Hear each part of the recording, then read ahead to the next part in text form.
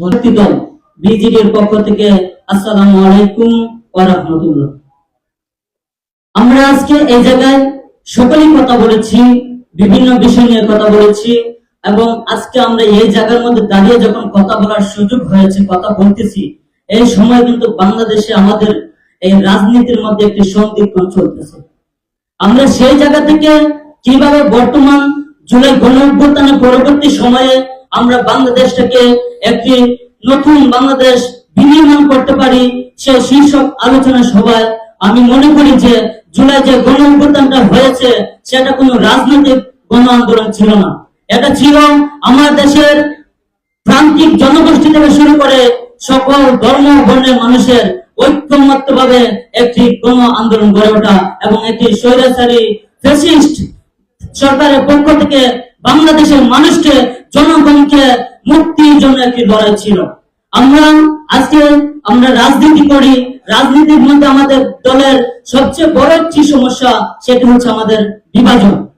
আমরা সকলে কোনো না কোনো দলের হতে পারি, আমাদের মত বিরোধ থাকতে পারে, আমরা ভিন্ন মতের হতে পারি, কিন্তু আমি এটি বিশ্বাস করি আমাদের এই জায়গার মধ্যে আমাদের মত বিরোধ হওয়ার কথা নয়, যে বাংলাদেশের মানুষের রুটি রুজি, শিক্ষা, বাসস্থান, এই নিরাপত্তা সহ বাক স্বাধীনতা সহ এই জায়গার মধ্যে আমাদের কারো কোনো মতবিরোধের প্রশ্নই আসে না।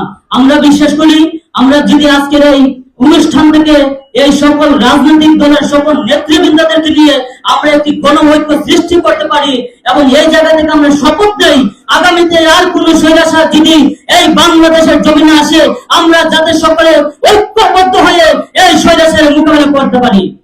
আমরা অতীতে স্বৈরাচার দেখেছি এবং এই জুলাই গণঅভ্যুত্থানে আওয়ামী ফ্যাসিস্ট স্বৈরাচারকে আমরা সকলে ঐক্যবদ্ধভাবে দূরীকরণ করে দিয়েছি। আমরা নেই আন্দোলনের পর থেকে আমরা নতুন বাংলাদেশ বিনির্মাণ করতেছি, নতুন বাংলাদেশ বলে চিল্লাপাল্লা করতেছি, আমরা স্বাধীন বাংলাদেশ বলে চিল্লাচ্ছি, আমরা নতুন বাংলাদেশ দিবস ঘোষণা করেছি। আমি আজকে এই জায়গা থেকে একটি কথা বলতে চাই, আমরা যাতে আজকে নতুন বাংলাদেশ দিবস ঘোষণা করেছি সেই জায়গা থেকে যেন আগামীতে আমরা সকল ঐক্যবদ্ধ থেকে একটি বাংলাদেশ গড়তে পারি, যে বাংলাদেশ গঠনের পর যাতে আমরা আজকে নতুন বাংলাদেশ দিবস ঘোষণা করেছি আগামীতে যাতে অতি নতুন বাংলাদেশ আমরা আর কোন দিবস ঘোষণা করতে না চাই। সকলকে ধন্যবাদ। আসসালামু আলাইকুম ওয়া রাহমাতুল্লাহ।